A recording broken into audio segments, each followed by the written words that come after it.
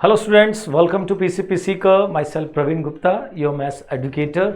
चलिए आइए स्टार्ट करते हैं। आज एक ब्रांड न्यू टॉपिक, नाम है वेक्टर एंड 3D। बड़ा इंपॉर्टेंट टॉपिक है बेटा जी, चाहे जेई मेंस के लिहाज से बात कीजिए, चाहे जेई एडवांस के हिसाब से बात कीजिए, दोनों ही एग्ज़ाम में बहुत ज़्यादा प्रॉब्लम्स पूछी जाती है। ठीक है ना, तो इम्पॉर्टेंट है, ईजी है, ठीक है ना, टफ नहीं है, काफ़ी ईजी चैप्टर है। वैसे आपने 11th क्लास से ही आप इसको पढ़ते आ रहे हैं, फिजिक्स के अंदर तो आपको काफ़ी कुछ बताया गया है इसके बारे में। तो मैं उन बेसिक चीज़ों पर जो आपने 11th क्लास से पढ़ ली, उस पर मैं बिल्कुल भी टाइम खराब नहीं करूँगा, क्योंकि उनसे आप बहुत अच्छी तरह से फैमिलियर होंगे। तो अपन सीधा सीधा डेफिनेशन पे जाकर, और जो एक्चुअल में अपने को यहाँ पर मैथ्स में रिक्वायरमेंट है, हम उन चीज़ों की तरफ सीधा फोकस करेंगे। तो चलिए फिर ज़्यादा बातें ना करते हुए स्टार्ट करते हैं टॉपिक वेक्टर एंड 3D। चलिए सबसे पहले बात करते हैं डेफिनेशन की। ठीक है ना, जैसा कि आप लोग सब लोग जानते हैं कि वेक्टर एक फिजिकल क्वांटिटी होती है। Vector is a physical quantity which having both magnitude as well as direction. ठीक है, ये बेसिक डेफिनेशन हो गई। ठीक है ना, इसमें कुछ जगह कुछ प्रॉब्लम्स होती हैं, ठीक है ना, जैसे करंट वाले केस में, काफ़ी और भी केसेस हैं जहाँ पर दिक्कत होती है।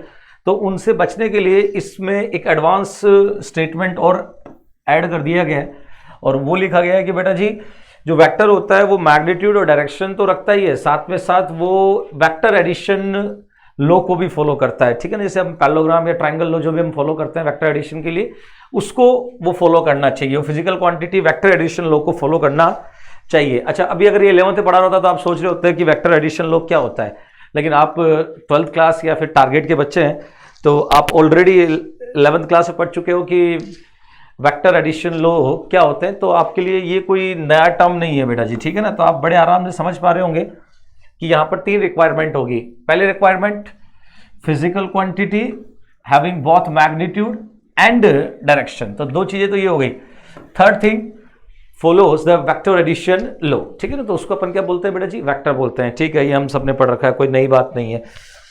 अब यहां पर छोटी छोटी बातें करें तो जो अगली छोटी सी बात है वो ये है कि जो वेक्टर होता है वो जनरली, जो वेक्टर होता है उसको हम जनरली एक डायरेक्टेड लाइन सेगमेंट से रिप्रेजेंट करते हैं। किससे रिप्रेजेंट करते हैं बेटा जी, डायरेक्टेड लाइन सेगमेंट से। जैसे मान लीजिए ये हो गया, तो ये तो सेगमेंट हुआ। ठीक है ना, ये तो सेगमेंट हुआ। मैं यहां टर्म यूज कर रहा हूं डायरेक्टेड लाइन सेगमेंट। तो देखो बेटा जी, मैंने यहां पर एक एरो लगाकर यहां पर एक डायरेक्शन देने की कोशिश की है। ठीक है ना, इसको अपन क्या बोलते हैं, डायरेक्टेड। अपन और मैथ्स में तो मैक्सिमम केसेस में इसी टर्म को यूज करेंगे, directed line segment. Generally vector को किससे रिप्रेजेंट किया जाता है बेटा जी, डायरेक्टेड लाइन सेगमेंट से। आपके दिमाग में सेट हो जाना चाहिए, लाइन सेगमेंट तो था ही, फिर हमने एरो से उसको डायरेक्शन देने की कोशिश की, तो ये क्या बन गया, डायरेक्टेड लाइन सेगमेंट। तो वेक्टर को जनरली हम ऐसा ही रिप्रेजेंट करते हैं। ठीक है ना, अब जैसे मान लो मैंने इस एंड को ए लिख दिया, इस एंड को बी लिख दिया, तो बेटा जी इसको बोलते हैं इनिशियल पॉइंट। इसको क्या बोलते हैं बेटा जी, इनिशियल पॉइंट ऑफ वेक्टर। ठीक है ना, और इसको बोलते हैं टर्मिनल पॉइंट। ठीक है, तो ये जो वेक्टर है इसको लिखा जाएगा बेटा जी A B vector. Initial point A के ऊपर, टर्मिनल पॉइंट मतलब बोले तो एरो वो बी के ऊपर। ठीक है ना, ए टू बी कैसे रीड करेंगे, A to B, A to B. ठीक है ना, किस ओर डायरेक्टेड है ये, ए टू बी डायरेक्टेड है। ठीक है ना, तो इसको क्या लिखेंगे अपन बेटा जी, ए बी वेक्टर। ठीक है ना, तो जनरल जो रिप्रेजेंटेशन है वेक्टर का वो कुछ ऐसा होता है बेटा जी। ठीक है ना, हम इसको एक डायरेक्टेड लाइन सेगमेंट से रिप्रेजेंट करते हैं। इसको बोलते हैं हम इनिशियल पॉइंट, इसको बोलते हैं टर्मिनल पॉइंट, और वेक्टर बोला जाएगा ए बी वेक्टर। अब यहां पर जो डायरेक्शन है वो मैंने आपको बताया ए टू बी। डायरेक्शन क्या है बेटा जी, ए टू बी। इस वेक्टर का डायरेक्शन क्या हो गया, ए टू बी हो गया। तो अगर मैं यहां डायरेक्शन लिखना चाहूं तो वो तो हो गया बेटा जी फ्रॉम ए टू बी। और अगर मैग्नीट्यूड की बात करूं तो मैग्नीट्यूड फिजिकली अगर मैं आपको फील कराऊं तो इस सेगमेंट का जो लेंथ है, इस सेगमेंट का जो लेंथ है वही मैग्नीट्यूड को रिप्रेजेंट करेगा। ये जो सेगमेंट का लेंथ है वही, मतलब अगर मैग्नीट्यूड बोलूं तो ये जो ए बी है वही मैग्नीट्यूड है, वही मैग्नीट्यूड है, जिसको हम जनरली कैसे रिप्रेजेंट करते हैं, mod of A B vector से। किससे रिप्रेजेंट करते हैं बेटा जी, mod of A B vector से। तो देखो डायरेक्शन तो समझ में आ ही गया होगा, फ्रॉम ए टू बी। ठीक है ना, और मैग्नीट्यूड क्या होता है, इस डायरेक्टेड लाइन सेगमेंट का लेंथ, ठीक है ना, लेंथ ऑफ सेगमेंट ही क्या होगा बेटा जी, मैग्नीट्यूड, और जिसको रिप्रेजेंट कैसे करते हैं, इस तरीके से, ठीक है ना, इस तरीके से अपन रिप्रेजेंट करते हैं। तो ये हो गई बेसिक बात किसकी बेटा जी, वेक्टर की। तो वेक्टर होता क्या है वो आपको समझ में आ गया, पहले से भी पता था, ठीक है ना। रिप्रेजेंट कैसे करते हैं, जनरल रिप्रेजेंटेशन यही है, ठीक है ना, एक डायरेक्टेड लाइन सेगमेंट से रिप्रेजेंट किया जाता है जिसका एक एंड जो इनिशियल एंड है और एक है टर्मिनल एंड। तो हमेशा डायरेक्शन होती है इनिशियल टू टर्मिनल पॉइंट की ओर, ठीक है ना, और इसको लिखते हैं ऐसे, पहले इनिशियल पॉइंट फिर फाइनल पॉइंट, ठीक है ना। और डायरेक्शन की बात हो गई, तो मैग्नीट्यूड की बात करें तो इसका जो लेंथ होगा, मान लो ये 10 सेंटीमीटर का है, तो इस वेक्टर का मैग्नीट्यूड 10 सेंटीमीटर ही होगा, ठीक है ना। और जो रिप्रेजेंट किससे करेंगे अपन, mod of A B vector से, ठीक है ना। तो मुझे उम्मीद है कि आपको ये बात समझ में आएगी, बहुत छोटी और सिंपल सी बात है। आगे बढ़े तो जरा इधर देखिए बेटा जी, अगर मैं यहां पर चलूं डिफरेंट टाइप ऑफ रिप्रेजेंटेशंस पर, ठीक है ना, कि वेक्टर को कैसे कैसे रिप्रेजेंट किया जा सकता है, कैसे कैसे लिखा जा सकता है, तो चलिए आइए उन पर थोड़ी सी बातें अपन कर लेते हैं, ठीक है ना। तो रिप्रेजेंट करने की जहां तक बात है,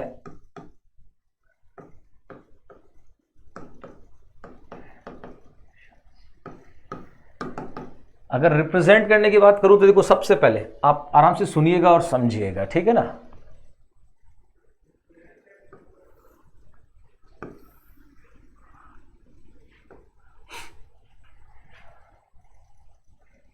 एक सेकेंड,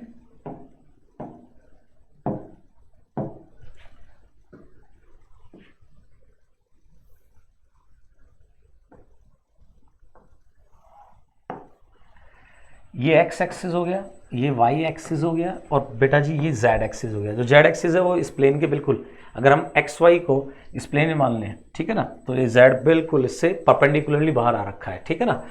तो ये हो गया हमारे पास एक्स वाई जेड, मतलब हम हवा में है, ठीक है ना, हम स्पेस में कहीं भी हो सकते हैं। X axis, Y axis and Z axis, ठीक है ना, X Y and Z axis. अब सुनिएगा बात को बेटा जी, जैसे मान लो मैंने इस प्लेन के अंदर 2 पॉइंट ले लिए, ये point A that is x1 y1 z1। अभी x1 y1 नहीं बेटा जी, अभी z1 भी आएगा, क्योंकि हम स्पेस में हैं, हम किसी पर्टिकुलर प्लेन में नहीं है, हम हवा में है, ठीक है ना। तो 3D मतलब तीनों डायमेंशन के बारे में सोचना पड़ेगा। ये एक पॉइंट ले लिया b, मान लीजिए ये हो गया x2 y2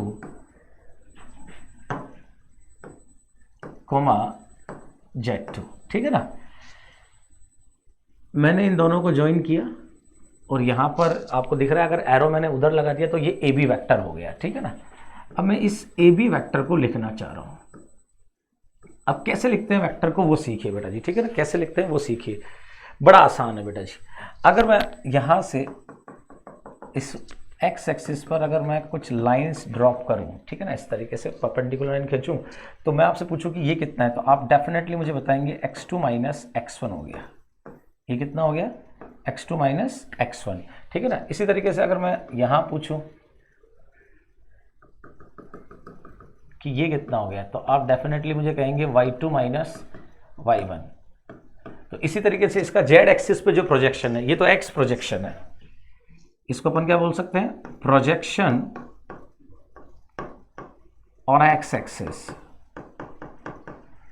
इसको क्या बोल सकते हैं अपन, प्रोजेक्शन ऑन y एक्सिस।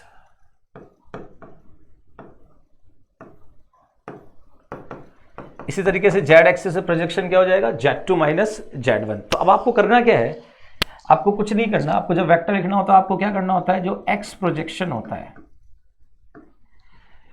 ठीक है ना, x प्रोजेक्शन कितना हुआ, x2 माइनस x1, आपको क्या करना है, उसके डायरेक्शन का जो, देखो ये x प्रोजेक्शन, इसको मल्टीप्लाई करना है इस डायरेक्शन के यूनिट वेक्टर को से।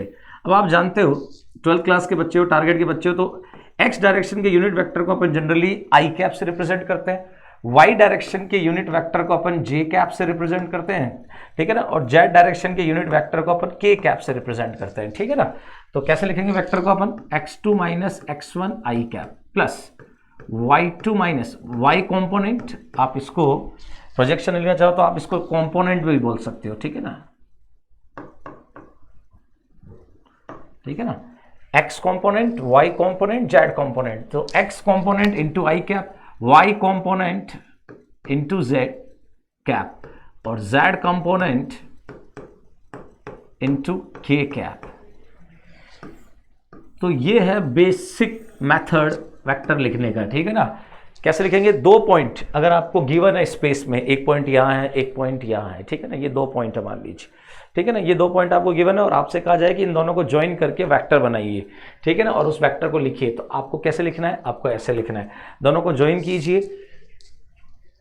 फाइनल माइनस इनिशियल आई कैप, फाइनल माइनस इनिशियल जे कैप, फाइनल माइनस इनिशियल के कैप, ठीक है ना। इस तरीके से आप वेक्टर लिख सकते हैं।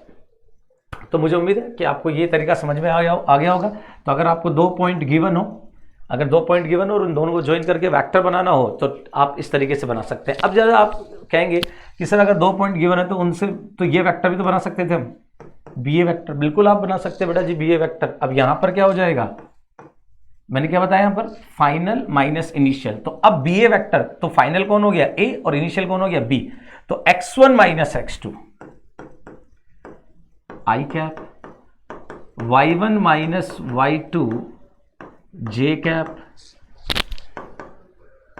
z1 माइनस z2 के कैप, ठीक है बेटा। अब यहां पर अगर गौर करके देखो तो एक छोटा सा काम और किया जा सकता है। छोटा सा काम क्या है बेटा जी, इनसे एक माइनस कॉमन ले लो। अब माइनस कॉमन लिया तो गौर करके देखो, अब यहां पर आ जाएगा x2 माइनस x1 आई, y2 माइनस y1 जे, z2 माइनस z1 के, तो वो तो ए बी वैक्टर हो गया ना। अरे वाह, एक इंटरेस्टिंग चीज पता चली कि जो बी ए वैक्टर होता है वो minus times of A B vector होता है। देखो ना, आप इसमें से माइनस कॉमन लो ना, आप इसमें से माइनस कॉमन लो, अंदर ए बी तो बचेगा बेटा जी, ठीक है ना। तो एक चीज तो क्या पता चल गई, B A vector equal to क्या होता है, minus times of A B vector, ठीक है ना। चलो एक चीज तो ये पता चलती है। सेकंड थिंग जो यहां से पता चलती है वो ये पता चलती है बेटा जी कि लेंथ तो चाहे ए बी की देखो, ए टू बी जाओ तो जो लेंथ मिलेगी डायरेक्टर लाइन सेगमेंट की वही बी टू ए आने पे मिलेगी। तो ए बी का मैग्नीट्यूड और बी ए का मैग्नीट्यूड दोनों इक्वल होगा। टू इंपॉर्टेंट थिंग, ठीक है ना। A B equal to minus times of, sorry B A equal to minus times of A B and magnitude of A B equal to magnitude of B A, mod of A B equal to mod of B A, ठीक है ना। तो यहां से एक छोटी सी बात और पता चलती है, ये ए बी वैक्टर, ठीक है ना, और यहां पर बना देता हूं ये बी ए वैक्टर, ये ए टू बी और ये बी टू ए। तो अब आप सोचिए यहां से क्या पता चलता है कि अगर आपको ए बी बी ए को ए बी के टर्म्स में लिखना है तो आपको सिर्फ क्या करना है, एक माइनस से मल्टीप्लाई कर देना है। मतलब माइनस से देखो, अब इन दोनों वेक्टर को ढंग से देखो, अगर इन दोनों वेक्टर को ढंग से देखो तो दोनों की लेंथ सेम है, मतलब दोनों का मैग्नीट्यूड सेम है और दोनों की डायरेक्शन में पूरा 180 का चेंज है। देखो ना, ये इधर और ये इधर।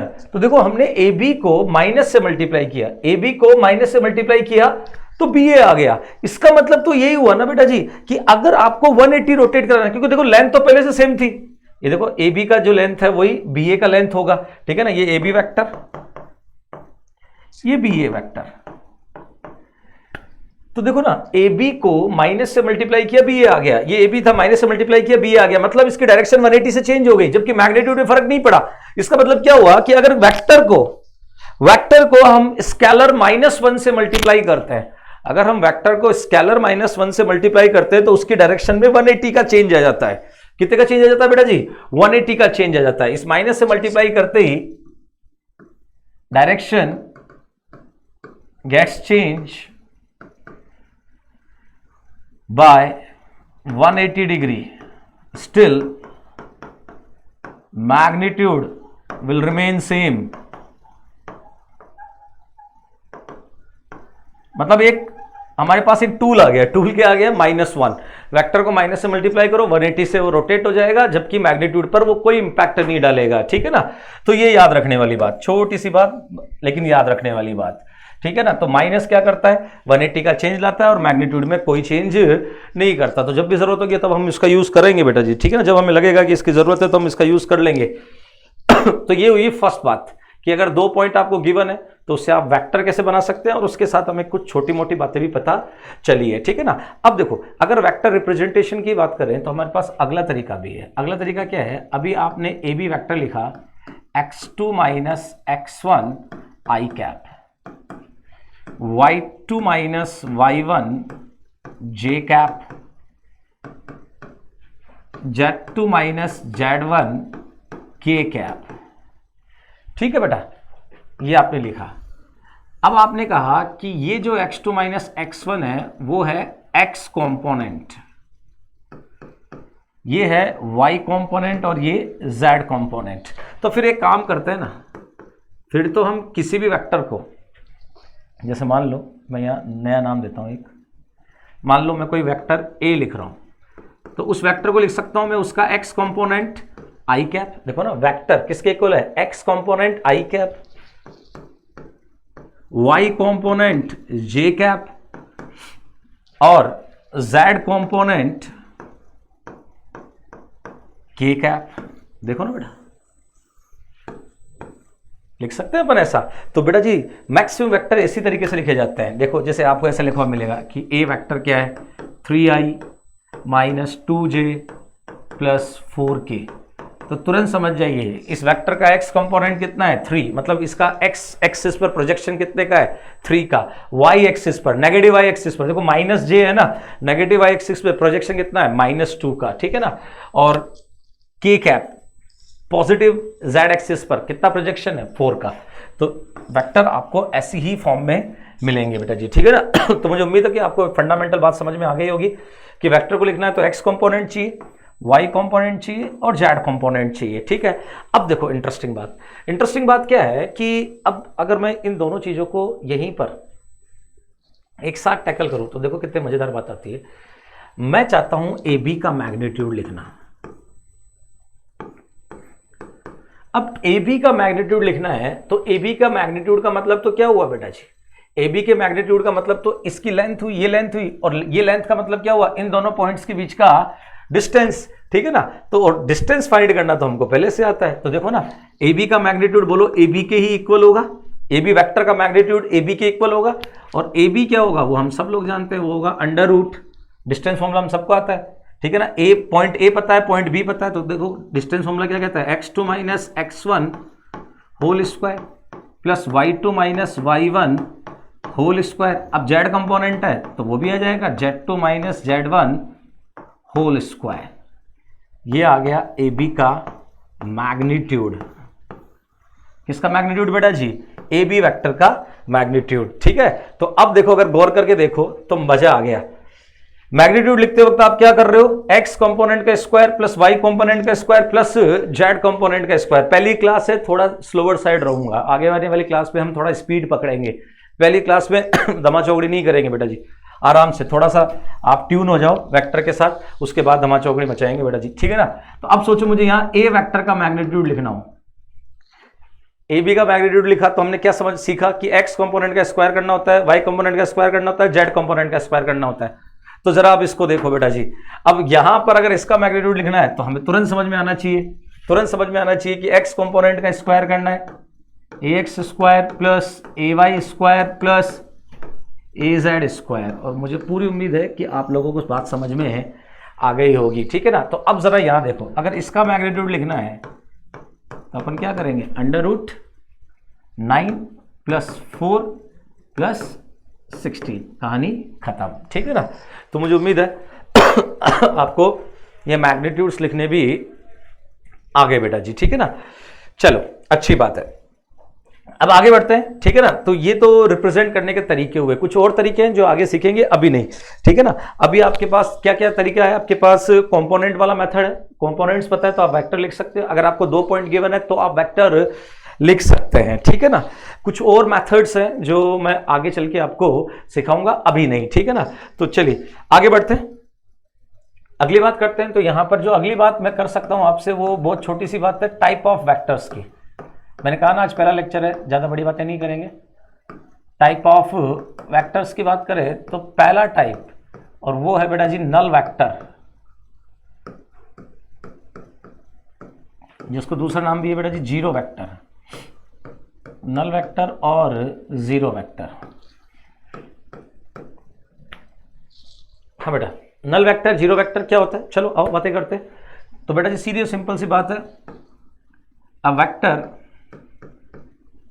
Of zero magnitude, a vector of zero magnitude is known as null vector और zero vector। वेक्टर जिसका मैग्नीट्यूड जीरो हो उसको क्या बोलते हैं बेटा जी अपन, नल वेक्टर या जीरो वेक्टर। अच्छा, अब जीरो मैग्नीट्यूड है, इसका मतलब जो इनिशियल पॉइंट और टर्मिनल पॉइंट है वो दोनों कोइंसाइड कर रहे हैं एक ही जगह।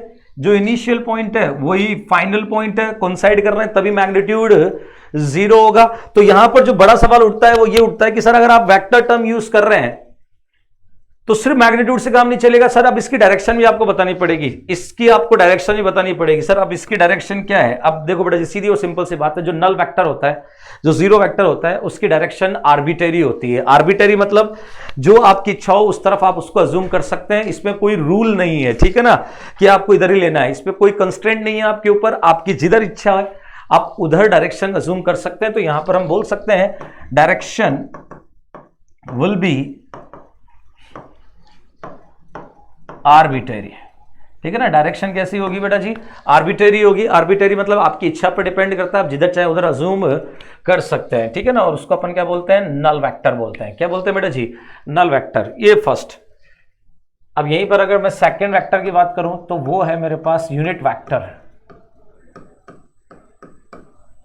यूनिट वेक्टर, हाँ बेटा, यूनिट वेक्टर नाम से पता चल रहा है बेटा जी, a vector of unit length,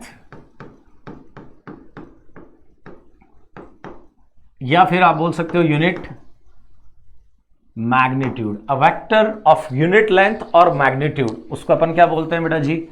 unit vector. उसको क्या बोलते हैं? Unit vector. जनरली इसको अपन किससे रिप्रेजेंट करते हैं बेटा जी? ए कैप से। किससे बेटा जी? ए कैप से। अब ए कैप का मतलब क्या हुआ इसको समझाता हूं मैं आपको। जैसे मान लो ये कोई वेक्टर है बेटा जी अपने पास, ए वेक्टर, ठीक है ना। इसकी लेंथ कितनी भी हो सकती है, 2, 5, 10, 15, 20, 25, कितनी भी है, ठीक है ना। ये कोई वेक्टर है। अब इसके डायरेक्शन में ही, इस ए की डायरेक्शन में ही आपको एक 1 यूनिट लेंथ का वेक्टर जरूर मिलेगा, ठीक है ना। मान लो इसकी लेंथ कितनी है? 5 है। अब आप मानते हो ना कि इसी के डायरेक्शन में एक 1 यूनिट लेंथ का वेक्टर जरूर होगा, और उसी को क्या बोलते हैं बेटा जी? A cap. उसी को क्या बोलते हैं अपन? ए कैप, ठीक है ना। तो ए कैप क्या हुआ? ए कैप क्या हुआ? Unit vector in direction, unit vector in direction of A vector, जिसको रिप्रेजेंट करने का तरीका क्या है? ये कैप वर्ड यूज करते हैं अपन, ए कैप, ठीक है ना। तो ए कैप किसको रिप्रेजेंट करता है? Unit vector in direction of A vector, ठीक है ना। ए वेक्टर की डायरेक्शन सिंपली वेक्टर ही होता है बेटा, लेंथ 1 होती है बस, ठीक है ना। और ये जो कैप है वो ये शो करता है कि ये जो ए वेक्टर है ना, मैं उसकी डायरेक्शन का यूनिट वेक्टर हूं, उसकी डायरेक्शन में मैं यूनिट वेक्टर हूं, ठीक है ना। तो ये हो गया।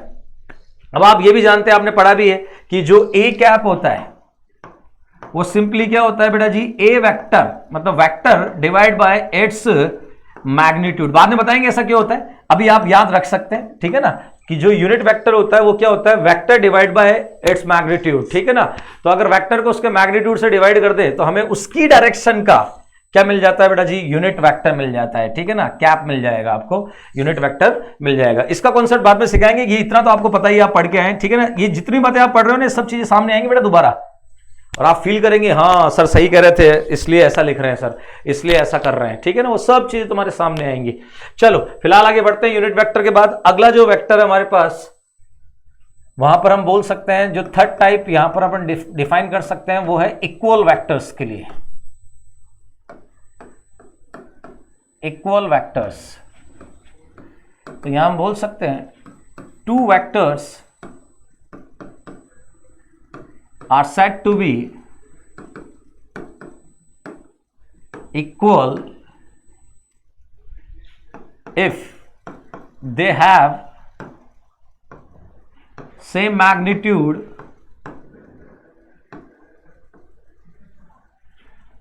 डायरेक्शन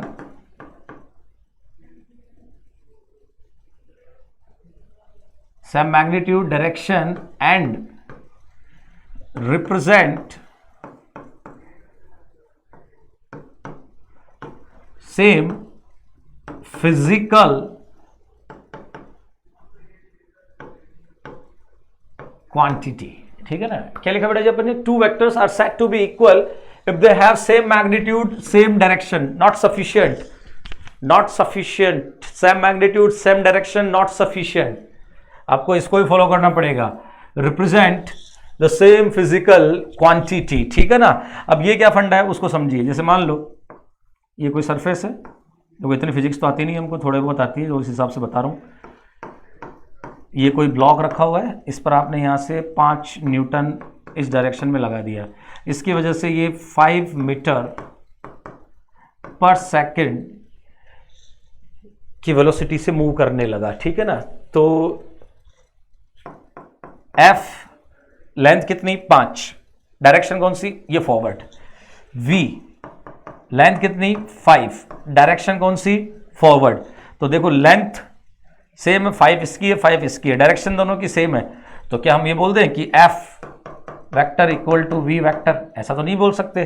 क्यों? क्योंकि ये तो डिफरेंट डिफरेंट फिजिकल क्वांटिटीज को क्या कर रहे हैं बेटा जी, रिप्रेजेंट कर रहे हैं। तो F इक्वल टू V थोड़ी बोल सकते हैं बेटा जी, समझ में आ रही बात?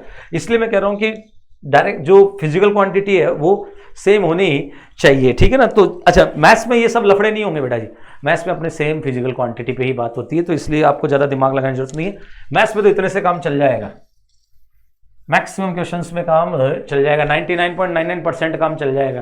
कोई 0.01% आपको सिर्फ परेशान करने के लिए कुछ करना हो तो हम इसका यूज करेंगे, अदरवाइज काम हो जाएगा बेटा जी। ठीक है ना, तो दो वेक्टर इक्वल कब होंगे, दिमाग में सेट रखिए, जब उनका मैग्नीट्यूड सेम हो और उनकी डायरेक्शन सेम हो और वो सेम फिजिकल क्वांटिटी को रिप्रेजेंट करे।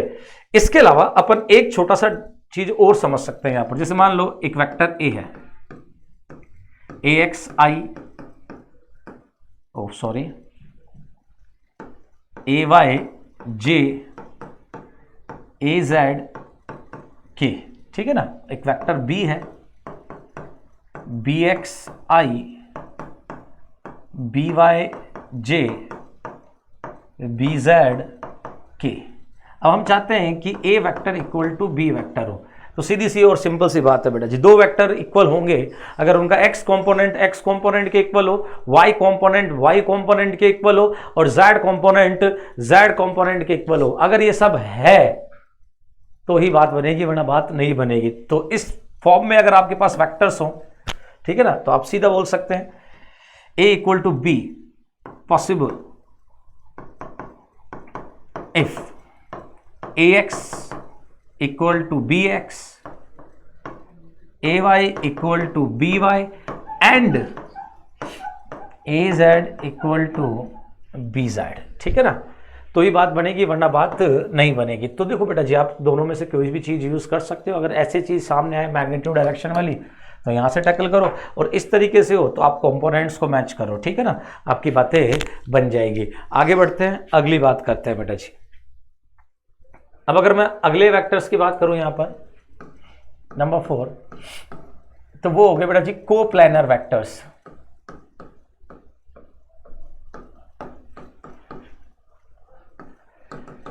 हाँ बेटा जी, 2, 5, 10, 15, 20, 25, ठीक है ना, जितने भी आपके पास गिवन वेक्टर्स हैं वो कोप्लानर। कोप्लानर नाम से समझ में आ रहा होगा आपको, जो एक ही प्लेन में हो, जो एक ही प्लेन में हो। तो देखो बेटा जी, बात को समझो, ठीक है ना, खैर डिटेल से बाद में बताऊंगा इसको, थोड़ा बहुत अभी आइडिया ले लो। ठीक है ना, कोप्लानर का मतलब सिंपल ऐसा ही, इस नाम से तो पता चलता है कि अगर अपने पास कुछ वेक्टर्स गिवन है, मान लो आपको 3-4 वेक्टर गिवन है ABCD, ठीक है ना, तो अगर बेटा जी, अगर ये सारे वेक्टर, इनके जो डायरेक्टेड लाइन सेगमेंट है वो किसी एक फिक्स प्लेन के पैरेलल हो, किसी एक फिक्स प्लेन के क्या हो, पैरेलल। जैसे मान लो ये कोई प्लेन है, ये कोई प्लेन है बेटा जी, ठीक है ना। कोप्लानर किसको बोलते हैं बाद में और डिटेल से पढ़ेंगे। ये मान लो ये जो आपको बोर्ड दिख रहा है, इसको एक प्लेन मान लो आप, ठीक है ना, और कुछ वेक्टर्स है मेरे पास। जैसे मान लो एक वेक्टर ये हो गया, अब ये वेक्टर क्या है, इसके पैरेलल जा रहा है, एक वेक्टर मान लो ये हो गया, ये भी इसके पैरेलल जा रहा है, एक वेक्टर मान लो ये हो गया, ये भी इसके पैरेलल जा रहा है। तो ये सारे वेक्टर कैसे है बेटा जी? कोप्लानर है, ठीक है ना। तो कोप्लानर वेक्टर्स किसको बोलते हैं? A B C D will be coplanar if their directed line segments are parallel to a fixed plane, ठीक है ना, are coplanar if the directed line segments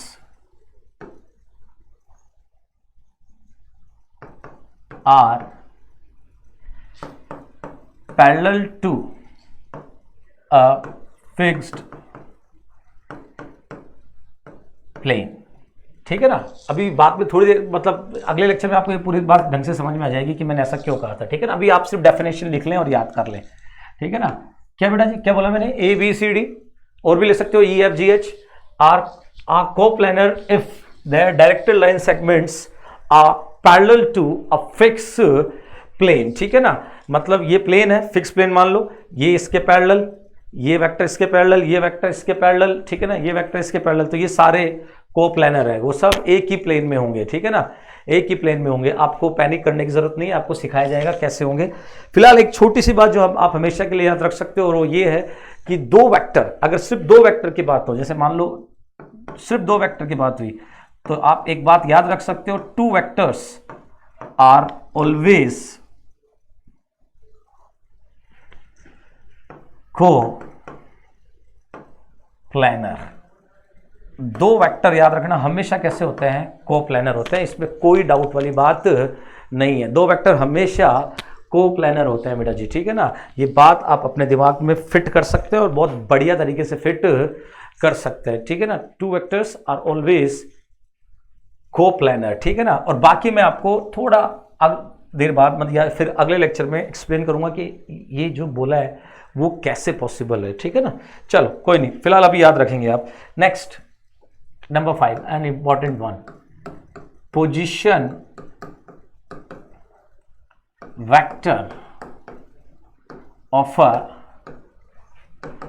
given point. पूरा डेफिनेशन, पूरा हेडिंग, ठीक है। कुछ लोग पोजीशन वेक्टर बोल देते हैं, सिर्फ नहीं, पूरा बोलिए, position vector of a given point. जब भी पोजीशन वेक्टर की बात होगी ना, तो किसी पॉइंट के रेस्पेक्ट में होगी, ठीक है ना। तो जैसे अगर मैं यहां लिखूं position vector of point P and that will be OP vector. वो क्या होगा बेटा जी? OP vector. जैसे आपसे क्या मांगा मैंने? Position vector of point P, तो वो कोई और नहीं, ओपी वेक्टर होगा। और ओ क्या है वो आप सब लोग जानते हो, वो है ओरिजिन। क्या बेटा जी? ओरिजिन। समझना, जैसे मान लो ये प्लेन है और इसमें एक पॉइंट है P, मान लीजिए x, y, z।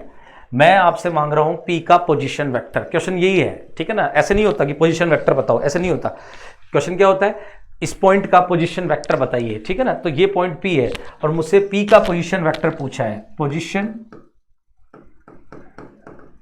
इसको इन शॉर्ट लिखते हैं अपन, है ना। अब इतना बड़ा लिखने में मजा नहीं आता। पोजीशन वेक्टर को इन शॉर्ट में PV बोलते हैं अपन, है ना। PV, position vector of point P। तो वो कुछ और नहीं, मैंने क्या सिखाया? OP वेक्टर होगा। अब OP वेक्टर के लिए ये रहा OP, मतलब O से P की ओर,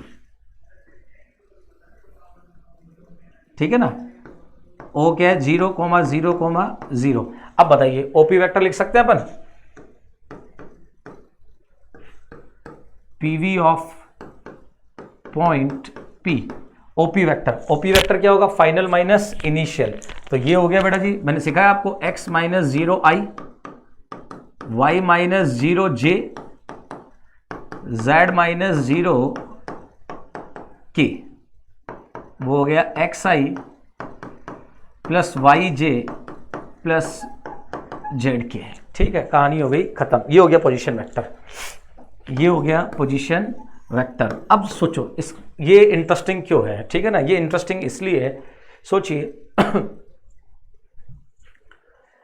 आपने लिखा पोजीशन वेक्टर, आपने OP को बोला पोजीशन वेक्टर और वो आया xi प्लस वाई जे प्लस जेड के। अब करते क्या है वो सुनिए। अगर आप ढंग से देखो तो इस पोजीशन वेक्टर के जो कंपोनेंट्स हैं वो पी के कोऑर्डिनेट्स ही है, वो पी के कोऑर्डिनेट्स है। तो हम यहां पर सिंपली बोल सकते हैं, हमें क्या होता है ना बेटा जी, यहां पर जब क्वेश्चन गिवन होगा तो वो इस तरीके से गिवन होगा, आपसे बोला जाएगा पॉइंट ए, ऐसे लिखेंगे, जैसे बोलेंगे कोई, मान लो आपको किसी को 2 पॉइंट गिवन होने, 2 पॉइंट देने होंगे, जैसे मान लो आपको पॉइंट ए गिवन होगा, तो आप कैसे बोलेंगे, वो पॉइंट ए है 2i plus 3j plus 4k। अब आप सोचेंगे यार ये क्या है, ये तो वेक्टर है, ये पॉइंट क्यों बोल रहे हैं इसको। तो आपको तुरंत समझ जाना है कि ये एक्चुअल में जो पॉइंट ए है उसका पोजीशन वेक्टर लिखा हुआ है। ये क्या लिखा हुआ है, पॉइंट ए का पोजीशन वेक्टर। इस तरीके से देंगे आपको, बोलेंगे इन अ ट्राइंगल एबीसी ए, ऐसा लिख देंगे। अब तुरंत समझ जाओ, आप कहेंगे सर यार तो ये तो वेक्टर दे दिया हमें, जबकि बोल रहा है ए तो पॉइंट है, ये वेक्टर क्यों दिया है। नहीं, ये वेक्टर नहीं है, ये एक्चुअल में ए का पोजीशन वेक्टर है और उसके जो कंपोनेंट्स हैं वो ए के कोऑर्डिनेट्स है। तो ए के कोऑर्डिनेट्स क्या हो गए, 2, 3, 4। बस इसी तरीके से लिख के देंगे आपको, और आपको तुरंत समझ जाना है कि ए क्या है, ए ये है। ठीक है ना, पैनिक नहीं करना है, पैनिक नहीं करना है, ठीक है ना। तो आपको तुरंत स्ट्राइक करना चाहिए कि इस तरीके से लिख के दिया मतलब वो ये बोलना चाह रहा है, इस तरीके से लिख के दिया वो ये बोलना चाह रहा है। अब ए का पोजीशन वेक्टर मांग रहा है तो फालतू दिमाग नहीं लगाना, आपको 2 के साथ आई लगा देना है, 3 के साथ जे, 4 के साथ के, और प्लस लगा के लिख देना है, ये पोजीशन वेक्टर हो जाएगा। और पोजीशन वेक्टर गिवन हो और पॉइंट लिखना हो तो आप आई जे के को हटा के कॉमा लगा दीजिए, आपकी बात बन जाएगी। ठीक है ना, तो इस तरीके से जब आपको पॉइंट गिवन हो डरने की जरूरत नहीं है। अब जैसे मान लो आपसे वेक्टर फॉर्मेशन के लिए बोले, आपसे वेक्टर फॉर्मेशन के लिए बोला जाए, आपसे कहा जाए कि if A is 2i plus 3j plus 4k, मतलब पॉइंट ए का तो कोऑर्डिनेट ये दे दिया, and B minus 2i plus j plus minus 2k। ठीक है ना, then write vector A B. A B vector लिखने को बोला तो बेटा जी ए बी वेक्टर लिखना है तो आपको करना क्या है, बी में से ए वाले सेपरेट करना है, क्योंकि फाइनल कौन है बी और इनिशियल कौन है ए, तो फाइनल माइनस इनिशियल करना है। तो आप चाहो तो इसको पहले ऐसा लिख लो, -2, 1, -2, और इसको लिख लो 2, 3, 4। चाहो तो ऐसा कर लो, या फिर मैं क्या बोलता हूं सीधा ही सबट्रैक्ट कर दो ना, क्योंकि आप इसमें भी क्या करोगे, दिस माइनस दिस आई लगाओगे, दिस माइनस दिस जे लगाओगे, तो सीधा ही कर दो ना, सीधा ही सबट्रैक्ट कर दो। तो मैं तो यही कहूंगा कि position of vector of B minus, सीधा क्या कर दो, पोजीशन वेक्टर ऑफ ए, बस करना ही नहीं, final minus initial, final B है इनिशियल ए है, final position vector minus initial. या फिर आप चाहो तो ऐसा कर सकते हो, पॉइंट लिखकर final minus initial, final minus initial, final minus initial. ठीक है ना। अब देखो बी के पोजीशन वेक्टर में से ये वाला इसके पोजीशन वेक्टर निकालोगे तो -2i, तो ये तो हो गया -4i, माइनस जे सॉरी प्लस जे -3j, तो -2j, -2 -4 -6 ये आ गया ए बी वेक्टर, सीधा सीधा। ठीक है ना, तो आप चाहे जैसे टैकल कर सकते हैं, कोई दिक्कत वाली बात नहीं है। आपको ये अच्छा नहीं लगता तो आप इसको पॉइंट बना के टैकल कर सकते हैं। ठीक है ना, और इसी फॉर्म में टैकल करना है तो फाइनल माइनस इनिशियल लगाओ ना, वहां भी फाइनल माइनस इनिशियल लगाओगे तो सीधा फाइनल माइनस इनिशियल लगा दो, तो सीधा सीधा आप इस तरीके से वेक्टर फॉर्मेशन कर सकते हो। अगर आपको 2 पॉइंट गिवन हो, पोजीशन वेक्टर की फॉर्म में गिवन हो तो उसको पॉइंट फॉर्म में ला सकते हो, पॉइंट फॉर्म में गिवन हो तो पोजीशन वेक्टर फॉर्म में ला सकते हो, दिक्कत वाली बात कहीं पर भी नहीं है। ठीक है ना, तो ये तो होता है पोजीशन वेक्टर। ठीक है ना, ये है कोऑर्डिनेट्स, पोजीशन वेक्टर के कंपोनेंट्स किसको रिप्रेजेंट करेंगे, पॉइंट के कोऑर्डिनेट्स को। ठीक है ना, चलिए बात होती है खत्म।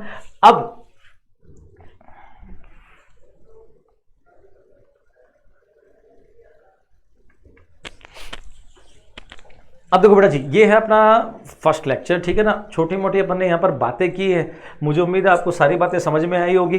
ठीक है ना, कोई दिक्कत वाली बात है नहीं। तो इस लेक्चर में हम इतना ही स्टडी करेंगे। ठीक है ना, अगले लेक्चर में आएंगे तो हम सीधा स्केलर प्रोडक्ट से स्टार्ट करेंगे। कहाँ से स्टार्ट करेंगे बेटा जी, सॉरी नॉट स्केलर प्रोडक्ट, आप कंफ्यूज हो जाएंगे।